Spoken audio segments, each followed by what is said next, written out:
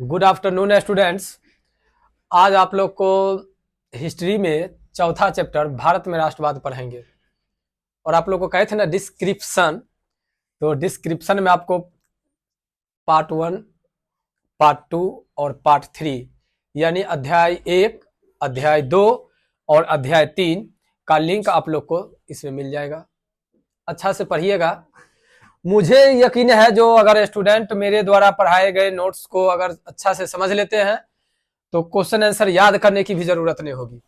ठीक है, इतना सटीक में और इतना इजी मेथड में बनाया गया है।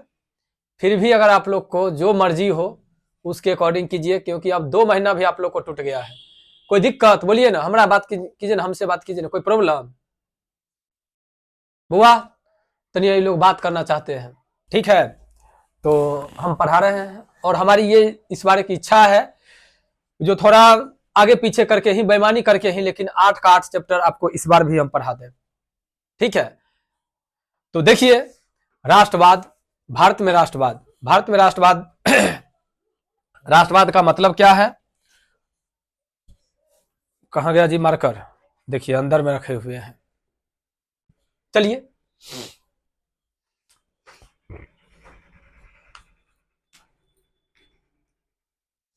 एक बार तत्काली आप लोग को बतला दो, चाहे पहले पढ़ लीजिए। भारत में राष्ट्रवाद, ठीक है, भारत में राष्ट्रवाद के बारे में पढ़ना है तो पढ़िए पहले राष्ट्रवाद का मतलब क्या होता है। कहता राष्ट्रीय चेतना का उदय, अर्थात अपने राष्ट्र से प्रेम करने की भावना को ही राष्ट्रवाद कहते हैं। तो राष्ट्र के प्रेम समझ रहे हैं ना, देश के प्रति लगाव को ही हम लोग राष्ट्रवाद कहते हैं। भारत में राष्ट्रवाद के उदय का क्या क्या कारण था, तो इसमें सबसे पहला कारण देगा ब्रिटिश सरकार, यानी समझते होंगे अंग्रेज के बारे में। समझ गए? देखिए कहता है भारत में राष्ट्रवाद के उदय का कारण ब्रिटिश शासन के द्वारा राजनीतिक, आर्थिक और सामाजिक परिवर्तन जो पूरी तरह से भेदभाव पूर्ण थे। इसमें से सबसे पॉपुलर आप लोग जानते होंगे, जो महात्मा गांधी जा रहे थे साउथ अफ्रीका जब पढ़ने के लिए, उनका टिकट बना हुआ था, सीट भी रिजर्व था, लेकिन ब्रिटिश सरकार उनको घसीट करके नीचे कर दिया था और कहा जो गोरे लोगों के लिए सीट होता है। सुने हैं ऐसा पॉपुलर बात है, और उनको नीचे बैठने के लिए कहा गया था। यहां तक ब्रिटिश सरकार हम लोगों के साथ ऐसे करती थी, रोड पे हम लोगों को चलने का अधिकार नहीं था। कल वाला हिंद चीन में आप लोग पढ़े थे, जो जमीन का मालिक कोई और होता था और किसान केवल उसमें उपज उपजा करके और उसी मालिक को दे देता था। मालिक अपना हाथ उठा करके जो देता था उसी से किसान अपना जीविकोपार्जन करता था। ये चीज कल भी पढ़े थे। ये चीज ब्रिटिश के सरकार में होता था। प्रत्येक गांव में एक ब्रिटिश का ऑफिस हुआ करता था, कोठी, और गांव के मोहल्ले के लोग सब वहां पर जो उपज होगा सब लेकर के वहां पहुंचा देते थे। उसका मुंशी, उसका दीवान जो होता था वो आता था, जिसका जितना फसल था उसके अकॉर्डिंग उसको दे दिया जाता था और सब लेकर के वो चला जाता था। ठीक है, तो राजनीतिक, आर्थिक और सामाजिक परिवर्तन जो पूरे भेदभाव के लायक था, भेदभाव पूर्ण था। भारतीय जनता के सभी वर्गों के लोगों ने उसका, मतलब भारतीय जनता के सभी लोगों को इसका, समझ गया ना, शोषण होता था। असमानता के कारण ही राष्ट्रवाद का उदय हुआ, जिसके निम्न कारण नीचे दिए गए हैं। पहला कारण क्या है, सो देखिए राजनीतिक कारण। कहता है भारत में राष्ट्रवाद, 19वीं शताब्दी में भारत में राष्ट्रीय चेतना का उदय मुख्य रूप से अंग्रेजी शासन व्यवस्था का परिणाम था। ठीक है, तो चलते हैं। देखिए 19वीं शताब्दी में भारत में राष्ट्रीय चेतना का उदय मुख्य रूप से अंग्रेजी शासन व्यवस्था का परिणाम था। ये तो हम बतला ही दिए अंग्रेज क्या क्या किया सो, और देखिए रहे हैं आप लोग, देख नहीं रहे हैं, केवल सुन रहे हैं। ठीक है, भारत में राष्ट्रीय चेतना जागृत करने में विभिन्न कारणों का योगदान रहा, परंतु सभी किसी न किसी रूप से ब्रिटेन सरकार की प्रशासनिक नीतियों से संबंधित है। आपको एगो इसमें और आपके किताब में है या नहीं है, अभी इस चीज को दिल थाम करके रखिए, पहले समझ लीजिए। अंग्रेज क्या करता था, जो अंग्रेज के विरुद्ध आवाज उठाता था ना, उसको पकड़ करके काला पानी का सजा देता था। काला पानी का सजा का मतलब कि जो जेल था, वो जेल में ले जा करके अकेले में रखता, और उसके बाद ओकरा मारता क्या, तो मतलब जैसे आरी से काट देता, जिंदा के आरी से काटता। तो क्या करता, जो कोई चीज में बांध करके तब कील से ओकरा ठोकता शरीर में, इतना कष्ट देता, मौत नहीं देता, पूरा डायरेक्ट तरफा तरफा करके मारता था। ओकरा नाम था ब्रिटिश सरकार, समझ गए। 1878 में तत्कालीन वायसराय लॉर्ड लिंटन ने वर्नाक्यूलर प्रेस एक्ट पारित कर प्रेस पर कठोर प्रतिबंध लगा दिया था, समझ गए, याद रखिएगा। 1878 1879 में आर्म्स एक्ट के द्वारा भारतीयों के लिए अस्त्र शस्त्र को रखना गैर कानूनी घोषित कर दिया। भारतीय लोग अस्त्र शस्त्र नहीं रख सकता है, कौन रखेगा? तो अंग्रेज। 1883 में इलबर्ट बिल का पारित होना, इस बिल का उद्देश्य भारतीय और यूरोपीय व्यक्तियों के फौजदारी मुकदमों की सुनवाई सामान्य न्यायालय में करना था और उस विशेषाधिकार को समाप्त करना था जो यूरोप के निवासियों को अभी तक प्राप्त था और जिसके अंतर्गत उनके मुकदमे सिर्फ यूरोपियन जज ही सुन सकते थे। यूरोपियन जनता ने इसका विरोध किया, जिसके कारण सरकार को इस बिल को वापस लेना पड़ा। यानी कहने का मेरा मतलब, जो ये जो सुनवाई भी होती थी ना, तो वो करप्पन अलग था, सब कुछ अपना लोग पर भी वही अधिकार करता था। सुने होंगे आप लोग 1600 ईस्वी में ईस्ट इंडिया कंपनी की स्थापना हुई थी, ये तो सब आदमी जानते हैं। इतिहास आप लोग को याद हो या ना हो, लेकिन ये जरूर याद होगा जो 1600 ईस्वी में ईस्ट इंडिया कंपनी की स्थापना हुई थी, ये पता है ना। तो जानिए, उस समय में भी केवल लेबर के रूप में भारतीयों को रखा गया था, मिस्त्री के रूप में नहीं, मुंशी के रूप में नहीं, ठीक है, केवल लेबर के रूप में, ताकि ये केवल काम करेगा और काम के बदला में जो मजदूरी होगा वो मिलेगा। ये केवल मतलब ये कुछ नहीं जान पाए कंपनी में जो क्या सच्चाई है। उसका नाम था अंग्रेज, समझ रहे हैं। मन में अभी की होता होगा, अगर आ जाए तो बस मारिए देंगे, 6 का 6 गोली पिया देंगे ना। चलिए हल्ला नहीं कीजिए। देखिए 1899 में लॉर्ड कर्जन ने कलकत्ता कॉर्पोरेशन एक्ट पारित किया, जिसमें नगर पालिका में निर्वाचित सदस्यों की संख्या में कमी और गैर निर्वाचित सदस्यों की संख्या में वृद्धि की गई। 1904 में विश्वविद्यालय अधिनियम द्वारा विश्वविद्यालय पर सरकारी नियंत्रण को बढ़ा दिया गया। 1905 में बंगाल विभाजन कर्जन के द्वारा सांप्रदायिकता के आधार पर कर देना, समझ गए। 1905 में बंगाल विभाजन हुआ था, ये बात जानते हैं ना। ये टॉपिक अच्छा से याद करके रखिएगा, बंगाल विभाजन। बंगाल भी बिहार का एगो पार्ट था, समझ गए, लेकिन इसको अलग कर दिया गया। कितना में? 1905 में। 1907 में देशद्रोही सभा अधिनियम के द्वारा सभाओं पर रोक लगा दिया गया। 1910 में इंडियन प्रेस एक्ट पारित कर उत्तेजित लेख छापने वाले को भी दंडित करना। ये सब राजनीतिक कारण बना, किसका? ब्रिटिश सरकार का, जो ये सब नहीं कर सकता है भारतीय। जैसे क्या होता है, प्रेस के जरिए हम लोग को कोई चीज की जानकारी मिल जाती है, तो उस पर भी रोक लगा दिया गया। अब कहता है क्या, ये तो राजनीतिक कारण था, अब जानिए आर्थिक कारण। कहता है सरकार किसानों से अधिक लगान वसूलती थी, जिसके कारण किसानों की हालात दिन प्रतिदिन बिगड़ती चली गई। अस्थायी बंदोबस्त के तहत अंग्रेज जमींदारों से एक निश्चित लगान लेते थे, लेकिन जमींदार किसानों से बहुत अधिक लगान वसूलते थे, ठीक है।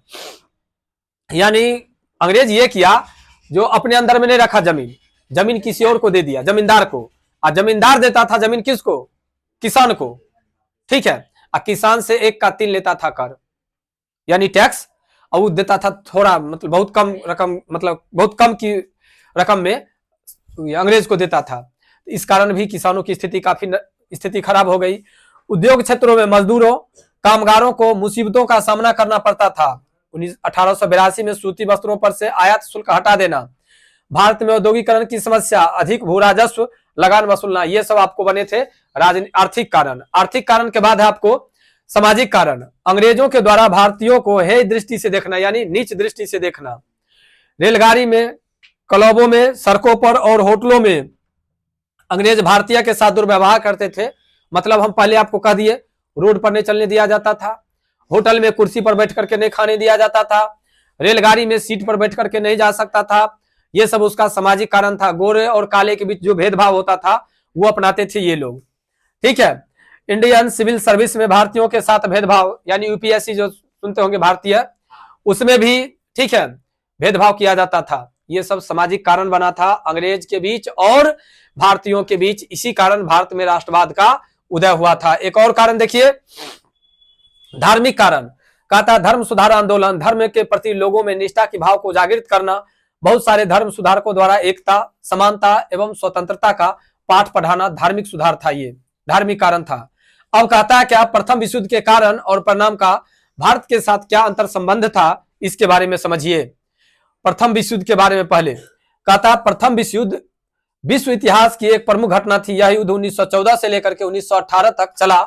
यह युद्ध दो गुटों फ्रांस, ब्रिटेन, रूस जिसको हम लोग मित्र राष्ट्र कहते हैं, और जर्मनी, इटली, हंगरी जिसको हम लोग धुरी राष्ट्र कहते हैं, मित्र राष्ट्र और धुरी राष्ट्र के बीच मुख्य रूप से प्रथम विश्व युद्ध हुआ था और यह युद्ध 4 वर्षों तक चला था।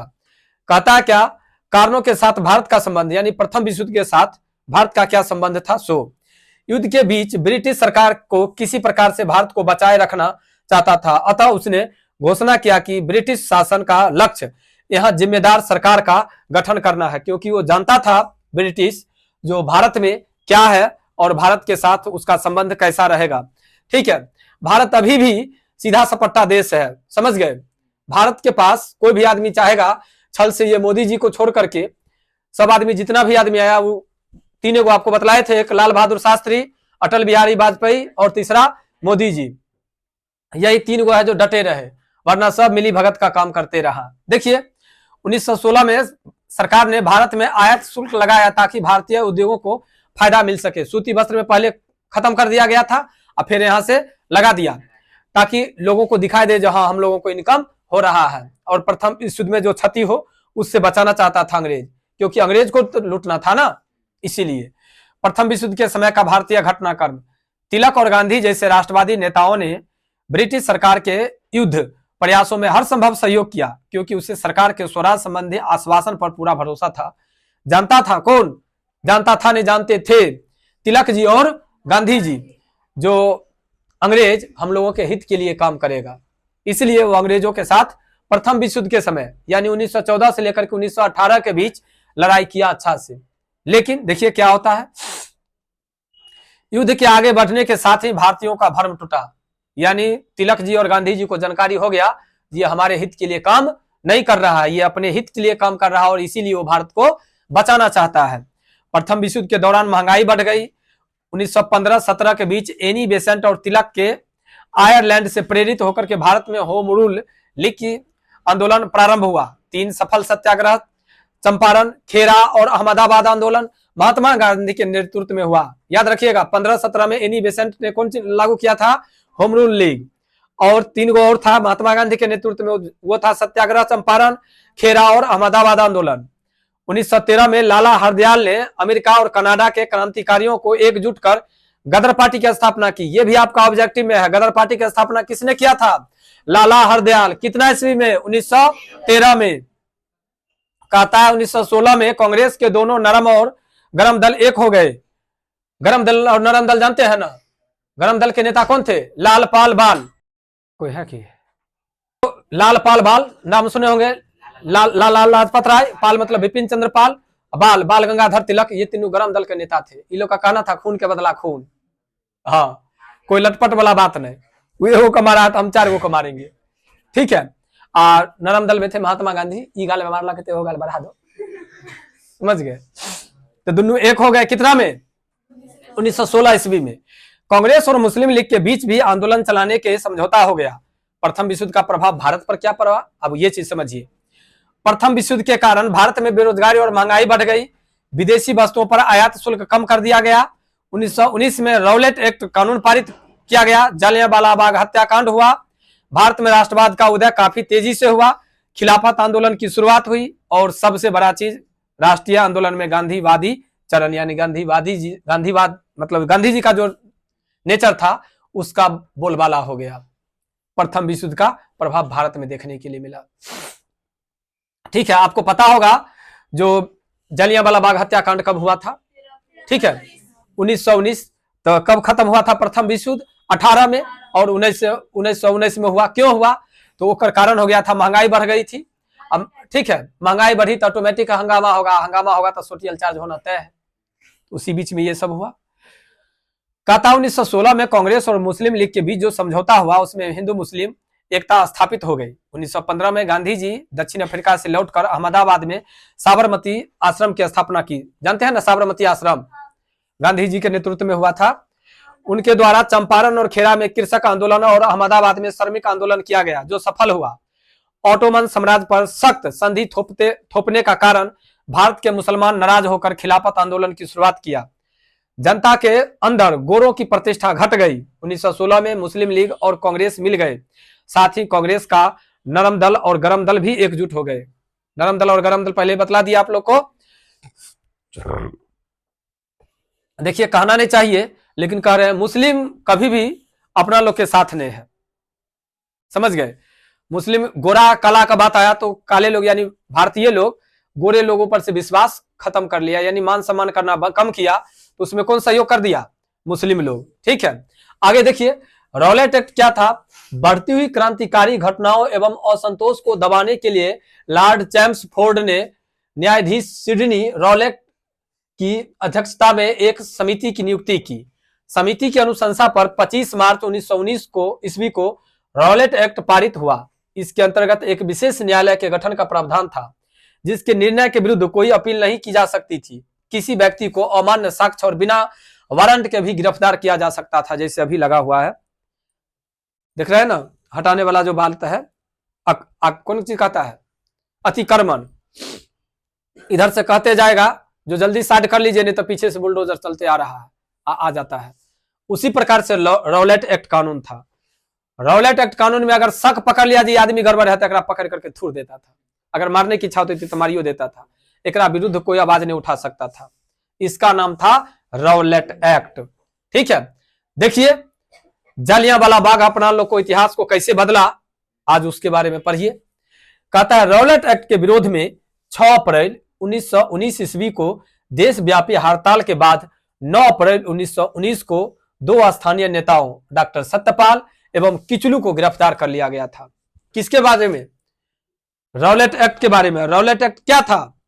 एक ऐसा कानून था जिसमें बिना किसी को दोषी करार किए हुए, ठीक है, उसको गिरफ्तार कर सकता है और उस पर, ठीक है, कानून कार्रवाई कर सकता है। इसी के विरुद्ध में 6 अप्रैल 1919 को पूरे भारत में क्या हुआ था? हड़ताल किया गया और 9 अप्रैल 1919 को 2 स्थानीय नेता डॉक्टर सत्यपाल एवं किचलू को गिरफ्तार भी कर लिया गया। जब विरोध किया तब, ठीक है, कौन भी गिरफ्तार किया होगा? ब्रिटिश सरकार यानी अंग्रेज। अब इनके गिरफ्तारी के विरोध में 13 अप्रैल 1919 को जालियांवाला बाग में एक सार्वजनिक सभा बुलाई गई थी। चोरी चोरी, याद रखिएगा, क्या है? 9 अप्रैल 1919 को क्या नाम था? डॉक्टर सत्यपाल और किचलू दोनों को गिरफ्तार किया गया। उसके विरुद्ध में 13 अप्रैल 1919 ईस्वी को जालियांवाला बाग में एक सार्वजनिक सभा बुलाई गई थी, जहां जिला मजिस्ट्रेट जनरल ओडायर ने बिना किसी चेतावनी के शांतिपूर्ण चल रही सभा पर गोलियां चलाकर 1000 लोगों की हत्या कर दी। बहुत से लोग घायल भी हो गए। इस घटना को जालियांवाला बाग हत्याकांड के नाम से जाना जाता है। ऐसा सुने हैं, हम गए नहीं हैं, सुने हैं। जो जालियांवाला बाग हत्या में, जालियांवाला बाग में एक कुआं था।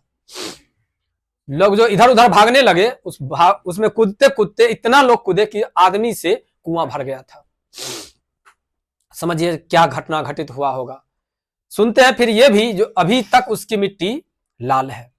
सोचिए जो कितना खून बहा होगा लोगों का, कैसे ने लोगों में, ठीक, अपनी आजादी के लिए रौनक पैदा हुआ होगा। अंदाजा लगा सकते हैं आप लोग भी। देखिए जालियांवाला बाग नरसंहार के विरुद्ध में रविंद्रनाथ टैगोर ने नाइट की उपाधि त्याग दी।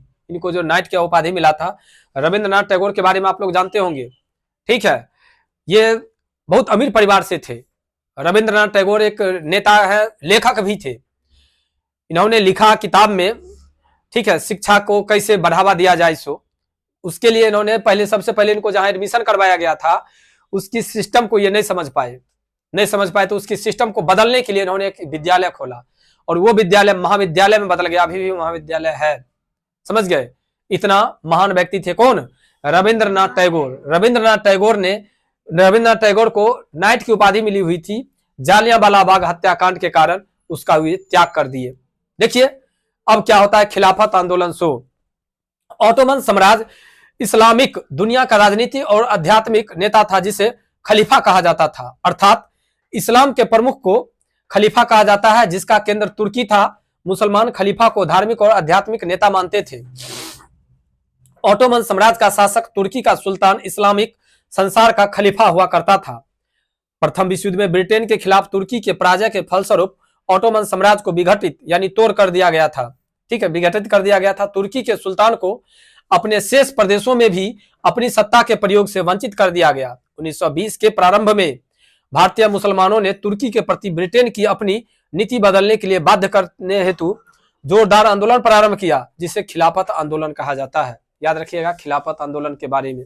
ठीक है, देख रहे हैं ना, यहाँ भी मुस्लिमे का बोलबाला है और वर्चस्व है। ठीक है, आप कहाँ गए हुए थे हिमांशु जी? और तो भारत के मुसलमान तुर्की के साथ किए जाने वाले दुर्व्यवहार के खिलाफ आंदोलन की शुरुआत की, जिसको हम लोग खिलाफत आंदोलन कहते हैं। और बात समझ लीजिए, खिलाफत आंदोलन अली बंधुओं शौकत अली और मोहम्मद अली ने प्रारंभ किया था खिलाफत आंदोलन को। याद रखिएगा, खिलाफत आंदोलन कौन कौन? शौकत अली और मोहम्मद अली दोनों मिलकर के आंदोलन का शुरुआत किया था। नवंबर 1919 में महात्मा गांधी अखिल भारतीय खिलाफत आंदोलन के अध्यक्ष बने। महात्मा गांधी और भारतीय राष्ट्रीय कांग्रेस के अमृतसर अधिवेशन में समर्थन पाकर के यह आंदोलन काफी सशक्त हो गया। गांधी जी इसे हिंदू मुस्लिम एकता के महान अवसर के रूप में देखा। अब इसमें क्या 3 गो सूत्री का मांग किया गया था, ठीक है, खिलाफत आंदोलन के अंतर्गत, उसको समझिए।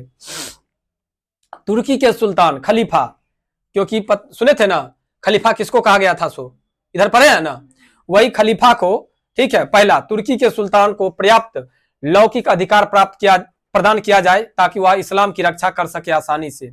दूसरा, अरब प्रदेश को मुस्लिम शासन के अधीन किया जाए। तीसरा, खलीफा को मुसलमानों के पवित्र स्थलों का संरक्षक बनाया जाए। ये 3 गो था 3 सूत्री मांग के अंतर्गत, और महात्मा गांधी उनमें सहयोग कर रहे थे।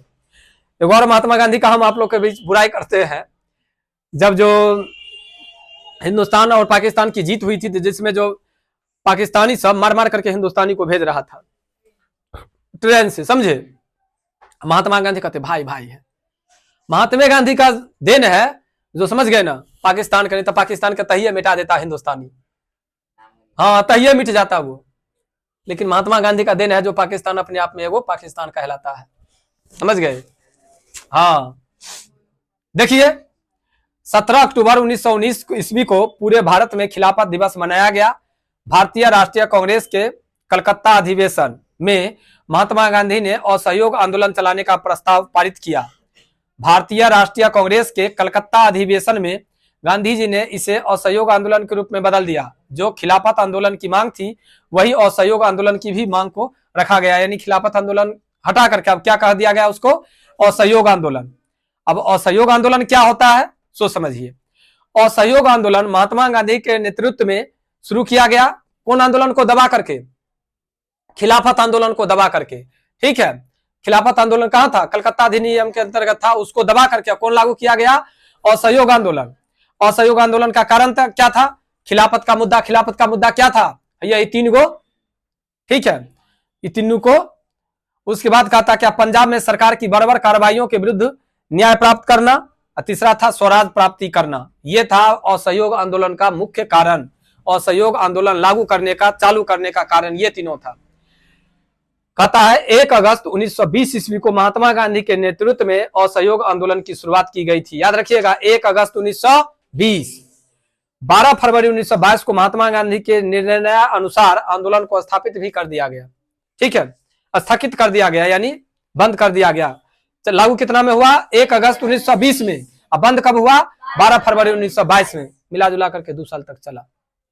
2 साल नहीं, 1.5 साल के बाद ही बंद हो गया। इस आंदोलन में 2 तरह के कार्यक्रम को अपनाया गया। एक कार्यक्रम के अंतर्गत अंग्रेजी सरकार को कमजोर करना और नैतिक रूप से पराजित करने के लिए उपाधियों और अवैतनिक पदों का त्याग करना, सरकारी और गैर सरकारी समारोहों का बहिष्कार करना असहयोग आंदोलन का कारण था, ठीक है।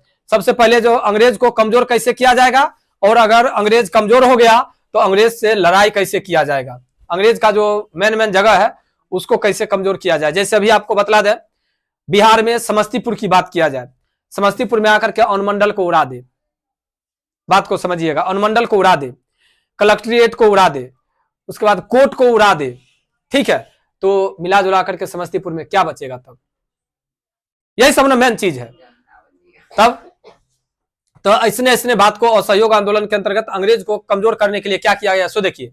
सरकारी स्कूलों एवं कॉलेजों का बहिष्कार करना, विधान परिषद के चुनावों का बहिष्कार करना, विदेशी वस्तुओं के बहिष्कार के साथ साथ मेसोपोटामिया में नौकरी से इनकार करना शामिल किया गया। और सहयोग आंदोलन के अंतर्गत महात्मा गांधी के नेतृत्व में यह काम किया गया, जो अगर हम लोग नौकरी नहीं करेंगे तो सरकार क्या करेगी। ठीक है। दूसरे कार्यक्रम के अंतर्गत न्यायालय के स्थान पर पंचों का फैसला मानना, राष्ट्रीय विद्यालयों एवं कॉलेजों की स्थापना, स्वदेशी को अपनाना, चरखा खादी को लोकप्रिय बनाना और सहयोग आंदोलन का मुख्य उद्देश्य था दूसरा। पहला था जो सरकार को कमजोर किया जाए और सरकारी मतलब कोई भी काम में हस्तक्षेप न ले, सरकारी नौकरी न करें, नौकरी करेंगे अपना और स्वदेशी अपनाएंगे, अपना विद्यालय खोलेंगे, अपना विद्यालय में पढ़ाई करेंगे, विदेशी कपड़ा भी नहीं पहनेंगे। ठीक है। तो देसी कपड़ा कौन था पता है ना, महात्मा गांधी के सौजन्य से विद्यालय में चरखा का व्यवस्था किया गया। सब विद्यार्थी से वो रूटीन बनाया गया जो चरखा से सूत काटेगा। ठीक है। सूत कटा करके जाता था, वही बन करके आता था तो लोग पहनते थे। आंदोलन के दौरान राष्ट्रीय विद्यालयों, जामिया मिलिया इस्लामिया, अलीगढ़ मुस्लिम विश्वविद्यालय और काशी विद्यापीठ जैसे शैक्षणिक संस्थानों की स्थापना। देखिए मुस्लिमे के लिए, ठीक है, नाम दिया गया मुस्लिमे टाइप का, अभी भी है। ये जो नाम सुन रहे हैं जामिया मिलिया इस्लामिया अलीगढ़ मुस्लिम विश्वविद्यालय, ये सेंट्रल यूनिवर्सिटी है, भारत सरकार की यूनिवर्सिटी। इस यूनिवर्सिटी में आपको एडमिशन के लिए, या काशी विश्वविद्यालय जो है विद्यापीठ, इसमें एडमिशन के लिए आपको पहले इंट्रेंस पास करना पड़ेगा, सीयूटी का एग्जाम देना पड़ेगा। अगर वो पास करेंगे तब तो आपको इसमें एडमिशन होगा, नहीं तो नहीं होगा एडमिशन। ये सब महात्मा गांधी के नेतृत्व में बनाया गया था। देखिए मोतीलाल नेहरू और चित्तरंजन दास जैसे बड़े बड़े बैरिस्टर ने अपनी चलती वकालत छोड़ करके आंदोलन में नेतृत्व प्रदान किया। प्रिंस ऑफ वेल्स का स्वागत 17 नवंबर 1921 को मुंबई में राष्ट्रव्यापी हड़ताल के साथ किया गया। लोग पैसा को, मोतीलाल नेहरू जानते हैं ना, पंडित जवाहरलाल नेहरू के पिताजी एक वकील थे, अपना वकालत छोड़ दिए, कहे हमको वो नहीं चाहिए, हमें अपनी देश की रक्षा चाहिए। आज के डेट में कोई आदमी जाएंगे? कोई नहीं जाना चाहते हैं। गिरफ्तारी के विरोध में गांधी जी ने सबने अवज्ञा आंदोलन की धमकी दी। उत्तर प्रदेश के गोरखपुर जिले के चौरी चौरा में राजनीतिक जुलूस पर पुलिस द्वारा फायरिंग के विरोध में भीड़ ने थाना पर हमला करके 5 फरवरी 1922 को 22 पुलिसकर्मियों की जान ले ली। भारतीय लोग 12 फरवरी 1922 को गांधी जी के निर्णयानुसार आंदोलन को स्थगित कर दिया गया, क्योंकि महात्मा गांधी कौन दल के नेता थे? नरम दल के नेता। इन्हें चाहते थे दंगा फसाद हो। ठीक है। गांधी जी को ब्रिटिश सरकार द्वारा मार्च 1922 में गिरफ्तार करके 6 वर्षों के लिए कारावास की सजा दे दी गई। महात्मा गांधी जेल चले गए।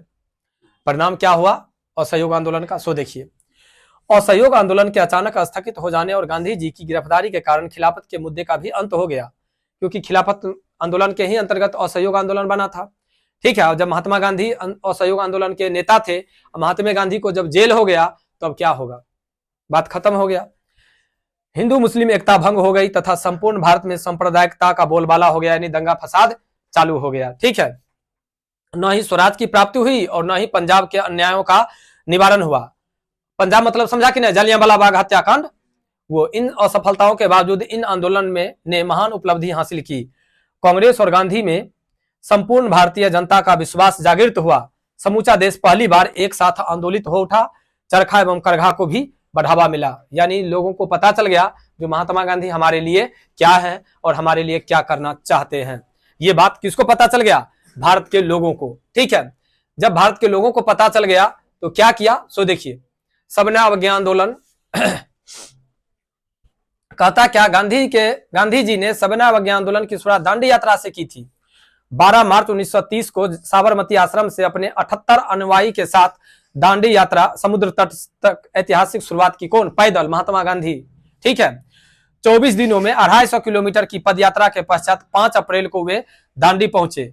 6 अप्रैल को समुद्र के पानी से नमक बना करके कानून का उल्लंघन किया, यानी उसका नमक नहीं खाएंगे हम लोग, अपन नमक का भी उत्पादन करेंगे। ठीक है। आंदोलन का कार्यक्रम क्या था? सो देखिए, हर जगह नमक कानून का उल्लंघन किया जाना, छात्रों स्कूल एवं कॉलेज का बहिष्कार करना, विदेशी कपड़ों को जलाया जाना, सरकार को कोई कर नहीं अदा किया जाना चाहिए, औरतों को शराब के दुकानों के आगे धरना देना चाहिए, वकील अदालत छोड़ें तथा सरकारी कर्मचारी पदत्याग करें, हर घर में लोग चरखा काटे तथा सूत बनाएं। इस सभी कार्यक्रमों में सत्य एवं अहिंसा को सर्वोपरि रखा जाए, तभी पूर्ण स्वराज की प्राप्ति हो सकती है। ठीक है। इतना बात कहा गया, यानी भारतीयों के लिए था ये। जैसे भारतीयों को कुछ को नौकरी दे दिया था, ये नौकरी नहीं रहेगी, उसको खत्म किया जाए। गांधी इरविन पैक्ट, ये क्या था सो समझिए। सबना अवज्ञा आंदोलन की व्यापकता ने अंग्रेजी सरकार को समझौता करने के लिए बाध्य किया, यानी अंग्रेज चाहा जब हम भारतवासी के साथ यानी महात्मा गांधी के साथ समझौता करें। सरकार को गांधी के साथ समझौता करनी पड़ी, जिसे गांधी इरविन पैक्ट के नाम से जाना जाता है। इसे दिल्ली समझौता के नाम से भी जाना जाता है। नाम याद रखिएगा, गांधी समझौता, सॉरी दिल्ली समझौता, या आपको गांधी इरविन पैक्ट। यानी गांधी जी के चलाए गए आंदोलन अंग्रेजों को इतना मजबूर किया, जो अंग्रेज गांधी जी के साथ समझौता किया, गांधी जी के साथ समझौता किया। उस समझौता का क्या नाम था? गांधी इरविन पैक्ट या दिल्ली समझौता। याद रहेगा। कहता यह समझौता 5 मार्च 1931 को गांधी जी और लॉर्ड इरविन के बीच हुई थी, इसलिए इसको गांधी इरविन पैक्ट कहा गया। इसके तहत गांधी जी ने आंदोलन को स्थगित कर दिया तथा द्वितीय गोलमेज सम्मेलन में भाग लेते हुए सहमत हो गए। गांधी जी ने द्वितीय गोलमेज सम्मेलन में भाग लिया, परंतु वहां किसी भी मुद्दे पर सहमति नहीं बन सकी, अतः वह निराश होकर के वापस लौट आए। जरूरी नहीं है जो गांधी जी को सब जगह सहयोग हो और सफलता ही मिले। दूसरी ओर ब्रिटिश सरकार ने दमन का सिलसिला तेज कर दिया था। तभी गांधी जी ने दोबारा सबना अवज्ञा आंदोलन को प्रारंभ किया। इसमें पहले जैसा धार एवं उत्साह नहीं था, जिससे 1934 ईस्वी में आंदोलन को पूरी तरह से वापस ले लिए, क्योंकि पहली बार चालू किए तो जेल चले गए, जेल से आए फिर से चालू करने की कोशिश की, लेकिन नहीं हो सका। ठीक है, अब दूसरा दिन हम लोग देखेंगे इसको। आज भर के लिए तत्काल के रहने दीजिए, चंपारण आंदोलन से दूसरा दिन पढ़ेंगे आप लोग को।